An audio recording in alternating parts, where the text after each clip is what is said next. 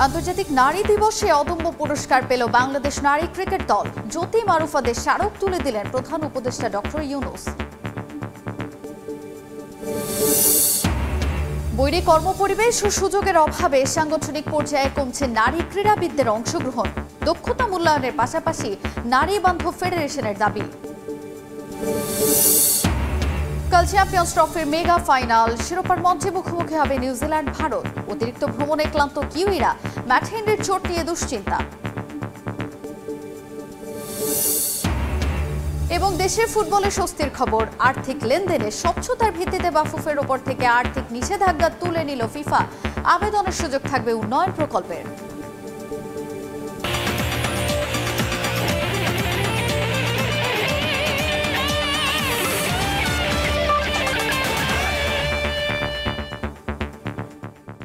বিশ্বের নানা প্রান্তের খেলাধুলার খবর নিয়ে আমাদের নিয়মিত আয়োজন খেলার সময়। আর এই আয়োজনে আপনাদের সঙ্গে আছি তাজিন খন্দকার। আন্তর্জাতিক নারী দিবস উপলক্ষে বিশেষ বিবেচনায় অদম্য নারী পুরস্কারে ভূষিত করা হলো বাংলাদেশ নারী ক্রিকেট দলকে। শনিবার ওসমানী স্মৃতি মিলনায়তনে আয়োজিত অনুষ্ঠানে নিগার সুলতানা জ্যোতি ও তার দলের হাতে স্মারক তুলে দেন অন্তর্বর্তী সরকারের প্রধান উপদেষ্টা ডক্টর মোহাম্মদ ইউনূস। 2018-তে ভারতকে হারিয়ে এশিয়া কাপ জয়সহ ক্রীড়াক্ষেত্রে অনন্য ভূমিকা রাখায় দেয়া হয় এই পুরস্কার। জ্যোতি পিঙ্কি মারুফারা সশরীরে উপস্থিত থেকে এই সম্মাননা গ্রহণ করেন। নারী ক্রিকেট দল ছাড়াও বিভিন্ন ক্ষেত্রে অবদানের জন্য এদিন অদম্য নারী পুরস্কারে ভূষিত করা হয় আরও 5 নারীকে। অনুষ্ঠানটি পরিচালনা করেন মহিলা ও শিশু বিষয়ক মন্ত্রণালয়ের সিনিয়র সচিব মমতাজ আহমেদ।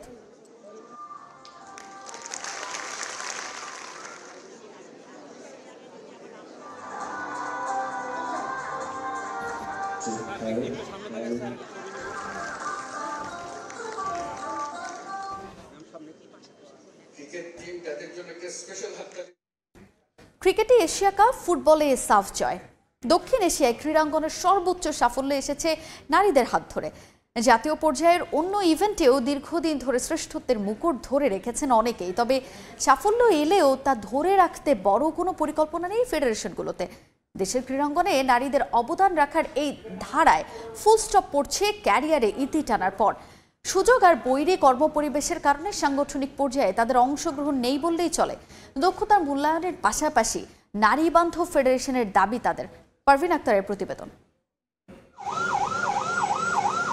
সাফল্যগাথা হিসাব করলে তালিকাটা বেশ লম্বাই। দেশের ক্রীড়াঙ্গনে তুলনামূলক কম পরিচিত টেবিল টেনিসে এক জোবেরা রহমান লিনুই জাতীয় পর্যায়ে শ্রেষ্ঠত্বের মুকুট পড়েছেন 16 বার। ট্র্যাক অ্যান্ড ফিল্ডে শিরিন আক্তারও বা কম কিসে, টানা 16 বছর একাই রাজত্ব ধরে রেখেছেন এই অঙ্গনে। কয়েক বছর আগে সালমাদের এশিয়া কাপ জয় কিংবা সবশেষ সাফ জেতা নারীদের সাফল্যের স্মৃতি তো এখনও তাজা দর্শক হৃদয়ে। কিন্তু জাতীয় পর্যায়ে এত সাফল্যের পরেও স্বীকৃতি কিংবা সামনে এগিয়ে যাওয়ার সুযোগ মিলছে কতটা? কিভাবে আপনি এশিয়ান লেভেলে রেজাল্ট চান? আপনি যদি এশিয়ান ফ্যাসিলিটিস না দিতে পারেন, আপনি একটা ভালো জিম দিতে পারবেন না, আপনি একটা ভালো ফুড দিতে পারবেন না, আপনি একটা নিউট্রিশনিস্ট রাখতে পারবেন না, ফিজিও রাখতে পারবেন না, টিমের সাথে শুধুমাত্র একটা কোচ দিয়ে পাঠিয়ে দিবেন, সব কিছুই তো আমাদের ঘাটতি। তো কেন আমরা তাদেরকে ধরে রাখতে কিভাবে পারবো? মাঠের ক্যারিয়ার শেষে একটা পর্যায়ে দায়িত্ব পালন করবেন সাংগঠনিকভাবে, এমনটাই প্রত্যাশা থাকে ক্রীড়াবিদদের। জাতীয় ক্রীড়া পরিষদের অধীনে 55টি ফেডারেশন ও অ্যাসোসিয়েশনে 25% নারী থাকার কথা থাকলেও এক জুডো ফেডারেশনে সাধারণ সম্পাদক হিসেবে সাবেক জুডোকা কামরুন্নাহার হিরু ছাড়া আর কোনো ফেডারেশনেই নেই নারী নেতৃত্ব। ফার্স্ট জেনারেল সেক্রেটারি আমি হয়েছিলাম অ্যাডহক কমিটিতে, কিন্তু সেখানেও আমাকে থাকতে দেয়নি।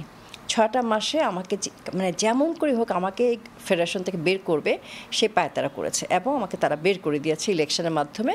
দীর্ঘদিন ধরে বয়ে বেড়ানো এই সমস্যার সমাধান চান নারীরা। ফেডারেশনগুলোকে গাইডলাইন দেওয়া উচিত যে একটা খেলোয়াড় যদি সাউথ এশিয়ান লেভেলে সে সেকেন্ড বা থার্ড হয় কিংবা গোল্ড মেডেল পায়, তাকে যাতে কমনওয়েলথ গেমসে, এশিয়ান গেমসে কিংবা এশিয়ান চ্যাম্পিয়নশিপে কিংবা অলিম্পিকে কিভাবে নিবে তার পেছনে 20 বছরের একটা প্ল্যান করা। নিয়ম করে দিতে হবে যে যারা ন্যাশনাল অ্যাওয়ার্ডি এবং যারা প্রথম গ্রেডের প্লেয়ার, যারা খেলোয়াড় জীবন ছেড়ে অর্গানাইজার হিসেবে আসতে চায়, তাদেরকে একটা সুযোগ করে দিতে হবে ফেডারেশন ঢোকার। ফেডারেশনের পাশাপাশি কোচিং ও অন্যান্য ক্ষেত্রেও অংশগ্রহণ বাড়ানোর দাবি নারী ক্রীড়াবিদদের।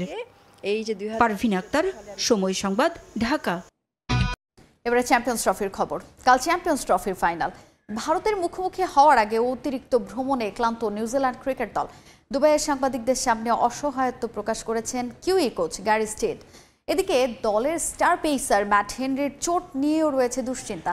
চ্যাম্পিয়ন্স ট্রফির ফাইনালে বরুণ চক্রবর্তীর স্পিন সামলাতেও বিশেষ পরিকল্পনা সাজাচ্ছে ব্ল্যাক ক্যাপস। লাহোরে খেলার পর গতকাল গোটা দিন ভ্রমণ শেষে এখানে পৌঁছেছি। কিছুটা ক্লান্তি তো আছেই, তবে আমাদের সামনে দুদিন সময় রয়েছে রিকভারি করার এবং পরবর্তী ম্যাচ নিয়ে পরিকল্পনা ও অনুশীলন করার। তবে আমার ধারণা টুর্নামেন্টের যেখানে আমরা রয়েছি সে অবস্থায় আসলে ভারী অনুশীলনের খুব একটা প্রয়োজন নেই। শুধুমাত্র ফাইনালে প্রতিদ্বন্দ্বিতা করতে শরীর আর মস্তিষ্ককে তৈরি রাখতে হবে। এই দুদিন আমরা সেটার উপরেই গুরুত্ব দিব, এটা আমাদের হাতে নেই। ভারত সব ম্যাচ এখানে খেলছে। আমাদের জন্য যেটা ভালো হয়েছে, অন্তত একটা ম্যাচ তাদের বিপক্ষে এখানে খেলা হয়েছে। মাঠে সমস্ত পরিকল্পনা কাজে লাগাতে পারলে ভালো কিছু হবে। এবারে চ্যাম্পিয়ন্স ট্রফি জন্ম দিয়েছে নানা ঘটনার, সঙ্গে দেখেছে দারুণ কিছু ব্যক্তিগত পারফরমেন্স। দ্রুততম সেঞ্চুরি, সর্বোচ্চ ছক্কা সহ পূর্বের বেশ কিছু রেকর্ড ছাড়িয়ে গেছে এবারের আসরে। এক নজরে দেখে নেওয়া যাক সেই রেকর্ডগুলো। আইসিসির কোনো ইভেন্ট মানেই পুরনো রেকর্ড ভেঙে নতুন রেকর্ড তৈরির প্রতিযোগিতা। অবশ্য এসব রেকর্ড উজ্জীবিত করে ক্রিকেটারদেরও। সবাই হিসেব মেলায় মাইল ফলকের জন্য। এবারের চ্যাম্পিয়ন্স ট্রফিও তার ব্যতিক্রম নয়। আগের রেকর্ড ভেঙে নতুন বেশ কিছু মাইল ফলকের দেখা মিলেছে এবারের আসরে। দেখে নেওয়া যাক নতুন করে কি কি রেকর্ড গড়েছে পাকিস্তান আসরে। সর্বোচ্চ সেঞ্চুরির দেখা মিলেছে এবারের চ্যাম্পিয়ন্স ট্রফিতে। এবার মোট 13টি সেঞ্চুরি আদায় করে নিয়েছেন ব্যাটাররা, যা কিনা টুর্নামেন্টের ইতিহাসে যে কোনো আসরে সর্বোচ্চ শতক। এবারের আসরে এক ইনিংসে ব্যক্তিগত সর্বোচ্চ রানের রেকর্ড ভেঙেছেন আফগানিস্তানের ইব্রাহিম জাদরান। ইংল্যান্ডের বিপক্ষে ম্যাচে 177 রানের অবিশ্বাস্য ইনিংস উপহার দেন তিনি। এটি চ্যাম্পিয়ন্স ট্রফির ইতিহাসে ব্যক্তিগত সর্বোচ্চ রানের ইনিংস। এছাড়া এবারের আসরে অস্ট্রেলিয়ার বিপক্ষে 165 রান করে টুর্নামেন্টের ইতিহাসে দ্বিতীয় সর্বোচ্চ ব্যক্তিগত রানের মালিক বেন ডাকেট। এর আগে চ্যাম্পিয়ন্স ট্রফিতে এক ইনিংসে সর্বোচ্চ রানের মালিক ছিলেন নিউজিল্যান্ডের নাথান অ্যাস্টলে। 2004 সালে যুক্তরাষ্ট্রের বিপক্ষে 145 রান করেন এই কিউই ব্যাটার। পাকিস্তানের চ্যাম্পিয়ন্স ট্রফি ভেঙেছে দ্রুততম সেঞ্চুরি রেকর্ডও। দ্বিতীয় সেমিফাইনালে মাত্র 67 বলে সেঞ্চুরি হাঁকিয়ে ইতিহাস গড়েন সাউথ আফ্রিকান ডেভিড মিলার। এছাড়া ইংল্যান্ডের বিপক্ষে 77 বলে শতক করে দ্বিতীয় দ্রুততম সেঞ্চুরির জায়গা দখলে নেন অস্ট্রেলিয়ার জস ইংলিশ। এছাড়া 2002 সালে ইংল্যান্ডের বিপক্ষে 77 বলে সেঞ্চুরি হাঁকিয়েছিলেন সাবেক ভারতীয় ব্যাটার বীরেন্দ্র সেহবাগ। এক ম্যাচে সর্বোচ্চ রানের রেকর্ডটিও হয়েছে এবারের আসরে। অস্ট্রেলিয়া ইংল্যান্ডের ম্যাচে মোট 707 রান তুলেছিল দুই দলের ব্যাটাররা। আর দ্বিতীয় সেমিফাইনালে নিউজিল্যান্ড ও সাউথ আফ্রিকার ম্যাচে রান হয়েছিল ট্রফির ইতিহাসে দ্বিতীয় সর্বোচ্চ এক ম্যাচের রান। এর আগে 2017 আসরে ভারত শ্রীলঙ্কা ম্যাচে 643 রান হয়েছিল। চ্যাম্পিয়ন্স ট্রফির ইতিহাসে এবারই সর্বোচ্চ ছক্কার দেখা মিলেছে। এখন পর্যন্ত 127টি 6 হাঁকিয়েছেন ব্যাটাররা। ফাইনাল ম্যাচের আগেই ওভার বাউন্ডারির রেকর্ড করেছে এবারের আসর। এর আগে 2017 সালে 113টি ছক্কার মাইট দেখেছিল ক্রিকেট প্রেমীরা। মিরন, সময় সংবাদ। চ্যাম্পিয়ন্স ট্রফির বিশ্রাম কাটিয়ে অনুশীলনে ফিরেছেন নাহিদ রানা। মিরপুরে এদিন একাই নিজের বোলিং নিয়ে কাজ করেছেন টাইগার পেসার। জিপিএলে খেলবেন আবাহনীর হয়ে। 5ম রাউন্ড থেকে মাঠে দেখা যাবে এই টাইগার পেসারকে। এছাড়া ঈদের পর জিম্বাবুয়ের বিপক্ষে টেস্ট সিরিজ থাকলেও পাকিস্তান সুপার লিগে খেলতে ছাড়পত্র পাওয়ার সম্ভাবনা রয়েছে নাহিদ রানার, যদিও এখনও কিছুই নিশ্চিত করেনি BCB. Slower bouncer, perfect yorker আর নাহিদ রানার গতি তো যে কোনো ব্যাটারের মনেই ভয় ধরিয়ে দেয়।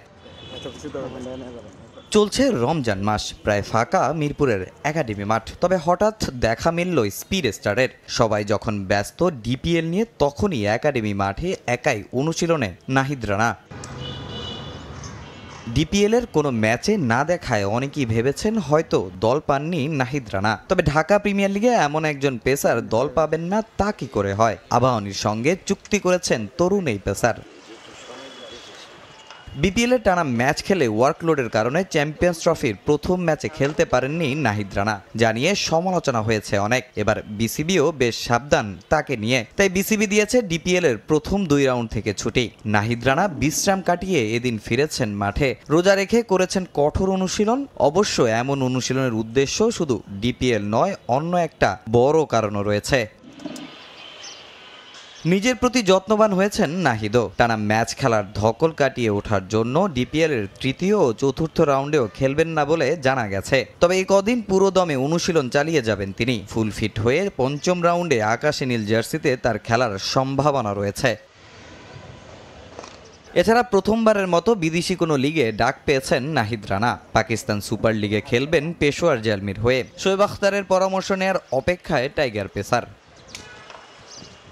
ঈদের পর আগামী 11ই এপ্রিল থেকে শুরু হবে পাকিস্তান সুপার লিগ। 12 এপ্রিল খেলা রয়েছে নাহিদ রানার পেশোয়ার জালমির। সে সময় 2 ম্যাচের টেস্ট সিরিজ খেলতে বাংলাদেশে আসার কথা রয়েছে জিম্বাবুয়ের। তবে শোনা যাচ্ছে সেই সিরিজে হয়তো রাখা হবে না নাহিদ রানাকে। বিসিবি থেকে এনওসি মিলতে পারে পিএসএল এর জন্য, যদিও বিসিবির পক্ষ থেকে এখনো কোনো কিছুই নিশ্চিত করা হয়নি।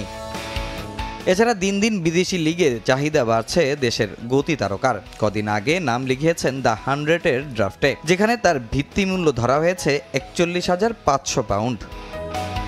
তামিম হোসেন, সময় সংবাদ, ঢাকা। বাস্তবতা মেনে দেশের মাটিতে অবসরের ভাবনা আপাতত সরিয়ে রেখেছেন সাকিব আল হাসান। টিটান ফ্র্যাঞ্চাইজি বাংলা টাইগার্সের সিইও জাফর ইয়াসিনের সঙ্গে নিজের পরিস্থিতির কথা জানিয়েছেন সাবেক টাইগার অধিনায়ক। তার মতে, সদিচ্ছা থাকলে তার রাজনৈতিক সমস্যা সমাধান করতে পারত বিসিবি। বোলিং অ্যাকশনের ত্রুটি শোধরানোর জন্য সহযোগিতা করে চ্যাম্পিয়ন্স ট্রফির দলেও রাখতে পারত তাকে। দুবাই থেকে আরও জানাচ্ছেন Maksum Alam Khan. That's pretty disappointing যে একজন প্লেয়ার আপনার দেশের জন্য এত কিছু করছেন, আফটার ডুইং সো মাচ, আপনি ওই প্লেয়ারকে literally you can't even give him the last respect you wanted. So that's number one. আমি বিশ্বাস করি সেটা, I think that was very much disappointing. Shakib Al Hasan দেশের মাটিতে আন্তর্জাতিক ক্যারিয়ারকে বিদায় জানানোর ইচ্ছে পোষণ করায় রীতিমতো ফুঁসে উঠেছিল ভিন্ন রাজনৈতিক মতাদর্শের মানুষ।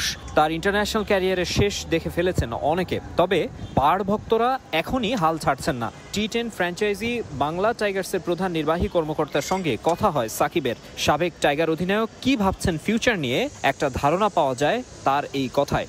অ্যাজ আ ফ্যান আমি বিশ্বাস করি যদি উনি বাংলাদেশের জার্সিতে if he can retire, if he can play his last match and where he gets or deserves all the respect, ওনাকে যদি ওভাবে এন্ডিংটা দেওয়া হয়, I think I would be more than happy. এবং not only me, I think বাংলাদেশের যারাই সাকিব আল হাসানের ভক্ত, I think everyone would have been happy যে he have ended his career in that particular way. দীর্ঘদিন বিশ্বসেরা অলরাউন্ডারের তকমা ছিল যার, তাকে ছাড়াই শেষ হতে চলল একটা আইসিসি ইভেন্ট। 2023 ওয়ানডে বিশ্বকাপে শ্রীলঙ্কার বিপক্ষে টাইমড আউটের ঘটনা না ঘটালে এই চ্যাম্পিয়ন্স ট্রফিতে বাংলাদেশ দলের খেলা হতো কিনা বলা কঠিন। বাহবা পাওয়ার কথা যার, তিনিই হলেন ভিলেন।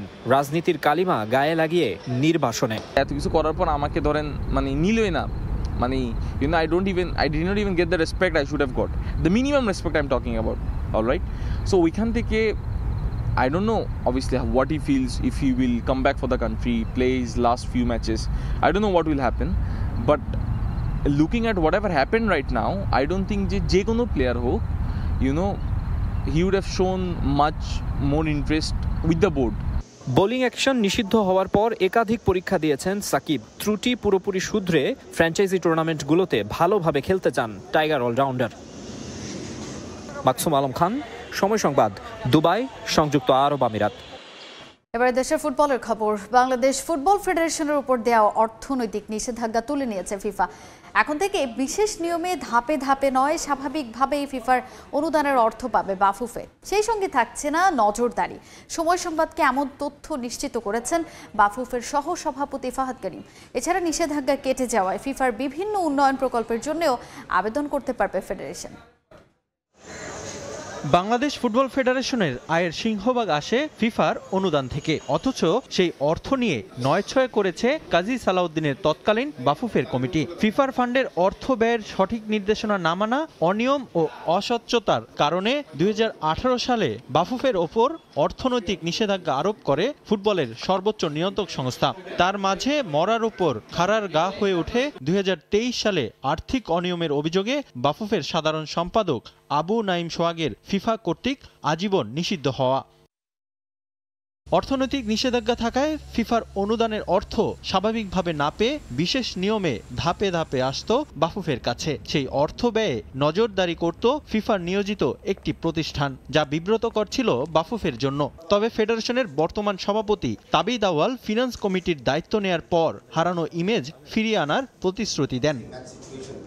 ফেব্রুয়ারির প্রথম সপ্তাহে বাফুফেতে আসে ফিফার অডিট টিম, জানিয়ে খুব সতর্ক ছিলেন তাবিদ আউয়াল। অবশেষে ফিফা থেকে এলো সুখবর। বাফুফের সভাপতির নেতৃত্বাধীন ফিনান্স কমিটির কার্যক্রমে সন্তুষ্ট হয়ে নিষেধাজ্ঞা তুলে নিয়েছে ফিফা। তাবিদ ভাইয়ের একদম সিঙ্গেল হ্যান্ডেডলি উনি অডিট প্রসেসটাকে রিভিউ করে রিপোর্ট পাঠান ফিফার কাছে। ফিফা সেটাকে যাচাই বাছাই করে আমাদেরকে জানালো, ফাইন্যান্সিয়াল রেস্ট্রিকশন থেকে আমাদেরকে মুক্ত করা হলো। আমাদের হোয়াটএভার ফান্ডিং যেটা আমরা পেতাম ফিফা থেকে, ওই টাকাগুলি আর ফেজে আসবে না। ওই টাকাগুলি আমাদের একবারে ওদের নর্মাল যে নিয়ম সেভাবেই আসবে। একই সাথে ওই একটা অডিট ফার্ম যাকে অ্যাপয়েন্ট করেছিল আমাদের অডিট করার জন্য, তাকে আর ওরা এখন রাখবে না। তো আমাদের ওই টাকাটাও আমরা এক্সট্রা পাবো। অর্থনৈতিক নিষেধাজ্ঞা থাকায় ফিফার বিশেষ উন্নয়ন প্রকল্পের সহায়তাও পেত না বাফুফে। তবে কেটে গেছে আধার। এখন থেকে ফিফার উন্নয়ন প্রকল্পের ফান্ডের জন্য আবেদন করতে পারবে ফেডারেশন। ফিফার যে কোনো স্পেশাল ফান্ড যেগুলি থাকে, যেগুলি ওরা সব মেম্বারকে সুযোগ দেয় অ্যাপ্লাই করার জন্য, সেগুলি আমরা এখন অন্য দেশের মতো অ্যাপ্লাই করতে পারবো। ফিফার নিষেধাজ্ঞা উঠে যাওয়ায় বাংলাদেশের ফুটবলে ইতিবাচক পরিবর্তন আসবে বলে জানান বাফুফের সহ সভাপতি। এছাড়া ভবিষ্যতে আর্থিক স্বচ্ছতা বজায় রাখার কথা জানান তিনি। রিফাতুল ইসলাম মিরন, সময় সংবাদ। এশিয়ান কাপ বাছাইয়ের ম্যাচে অবসর ভেঙে সুনীল ছেত্রীর ফেরা নিয়ে চিন্তিত নয় বাংলাদেশ জাতীয় ফুটবল দল। কিংবদন্তি ফুটবলারের ফেরায় নিজেদের পরিকল্পনায় কোনো পরিবর্তনও আনতে চান না কোচ হাভিয়ার কাবরেরা। সৌদি আরবে ভালো প্রস্তুতি হয় এই ম্যাচ নিয়ে রোমাঞ্চিত তিনি। এই দলের বেশ কয়েকজনের সুনীল ছেত্রীর বিপক্ষে খেলার অভিজ্ঞতা থাকায় মাঠে নামতে মুখিয়ে সাদ মুরসালিনরা। এশিয়ান কাপ বাছাইয়ে বাংলাদেশ ভারত ম্যাচ সামনে রেখে উত্তাপ ছড়াচ্ছে দুদল। এক হামজা চৌধুরী জ্বরে কাঁপছে পুরো দেশ। এর মধ্যে ভারতের সর্বকালের অন্যতম সেরা ফুটবলার সুনীল ছেত্রীর অবসর ভেঙে দলে ফেরার খবরে তোলপাড় চারিদিক। শুধু হামজার জন্যই কি তবে এত আয়োজন ভারতের? বাছাই পর্বের গুরুত্বপূর্ণ এই ম্যাচের আগে 2 সপ্তাহের কন্ডিশনিং ক্যাম্প করতে সৌদি আরবে অবস্থান করছে বাংলাদেশ দল। শিলংয়ের আবহাওয়ার সঙ্গে মানিয়ে নিতে তায়েফে করা ক্যাম্প বড় ভূমিকা রাখবে বলে প্রত্যাশা দলের। নিজেদের প্রস্তুতি ঝালিয়ে নিতে তায়েফে দ্বিতীয় দিনের মতো জিম সেশন করেছে বাংলাদেশ দল। তবে বাংলাদেশের বিপক্ষে ম্যাচ সামনে রেখে ভারত দলের এত বড় সিদ্ধান্ত নিয়ে ভীত নয় লাল সবুজ। ভারত বধের ছক কষতে নিজেদের পরিকল্পনায় কোনো পরিবর্তন না আনারই আভাস দিলেন কোচ হাভিয়ার কাবরেরা। বরং সুনীল ছেত্রীর ফেরাকে দেখছেন ইতিবাচকভাবেই। আমাদের কোনো পরিবর্তন নেই, পুরো মনোযোগ প্রস্তুতিতেই আছে। আমরা যাতে ভালো করতে পারি সেদিকেই নজর থাকবে। সুনীল আমাদের সবারই চেনা। সে বেঙ্গালুরুর হয়ে সম্প্রতি যেভাবে খেলেছেন তা অসাধারণ। তাকে ফেরানোর সিদ্ধান্তটা ফেডারেশনই নিয়েছে। তাদের এই সিদ্ধান্ততে আমি কোনো সমস্যা দেখছি না। ম্যাচ আরো অনেক বেশি উপভোগ্য হবে। সৌদিতে গেলবারের চেয়ে বেশ ভালো অনুশীলন হচ্ছে। খাবার ও অন্যান্য ব্যবস্থাও খুব ভালো। এই পরিবেশে আমরা 3টি ম্যাচ খেলতে চাই। এদিকে প্রতিপক্ষের পরিকল্পনা নিয়ে ভেবে কালক্ষেপণ করতে চান না ফুটবলাররা। সুনীল ছেত্রীর বিপক্ষে খেলার অভিজ্ঞতা আছে এই দলের বেশ কয়েকজনের। তাই এই ম্যাচে মাঠে নামতে মুখিয়ে সাদ মুরসালিনরা। আমাদের জন্য কোনো প্রেশার কিছু নেই। তো সুনীল ছেত্রীর সাথে আগেও আমরা অনেকবার ম্যাচ খেলেছি, তো আমাদের এক্সপিরিয়েন্স আছে ওর সাথে, ওর এগেনস্টে ম্যাচ খেলার। তো আমাদের জন্য এটা not big problem. It's normal for us. আর অফকোর্স সুনীল ছেত্রী অনেক ভালো প্লেয়ার, ওর সাথে ম্যাচ খেলতে পারলে আমাদেরও অনেক ভালো হবে। প্রবাবলি এটা আমার ফার্স্ট ম্যাচ হবে ইন্ডিয়া এগেনস্টে। তো যেভাবে হোক আমাদের ম্যাচটা জিততে হবে, কারণ আমরা ওদের আগে আমরা ট্রেনিং স্টার্ট করছি, সব কিছু আমাদের অ্যাডভান্টেজে আছে। তো আমাদের চেষ্টা থাকবে যেভাবে হোক, মানে এটা আসলে আমাদের যেভাবে জিততে হবে ম্যাচটা। ভিসা জটিলতায় দলের সঙ্গে সৌদি আরবে যেতে না পারলেও একদিন পরই ক্যাম্পে যোগ দিয়েছেন রহমত মিয়া। তাজিন খন্দকার। এ পর্যায়ে খেলার সময়ের শীর্ষ সংবাদগুলো জানিয়ে দিচ্ছে আরেকবার। আন্তর্জাতিক নারী দিবসে অদম্য পুরস্কার পেল বাংলাদেশ নারী ক্রিকেট দল। জ্যোতি মারুফাদের স্মারক তুলে দিলেন প্রধান উপদেষ্টা ডক্টর ইউনূস।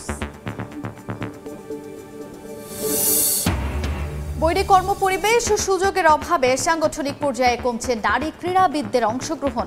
দক্ষতা মূল্যায়নের পাশাপাশি নারী বান্ধব ফেডারেশনের দাবি। এবং কাল চ্যাম্পিয়ন্স ট্রফির মেগা ফাইনাল। শিরোপার মঞ্চে মুখোমুখি হবে নিউজিল্যান্ড ভারত। অতিরিক্ত ভ্রমণে ক্লান্ত কিউইরা, ম্যাট হেনরির চোট নিয়ে দুশ্চিন্তা।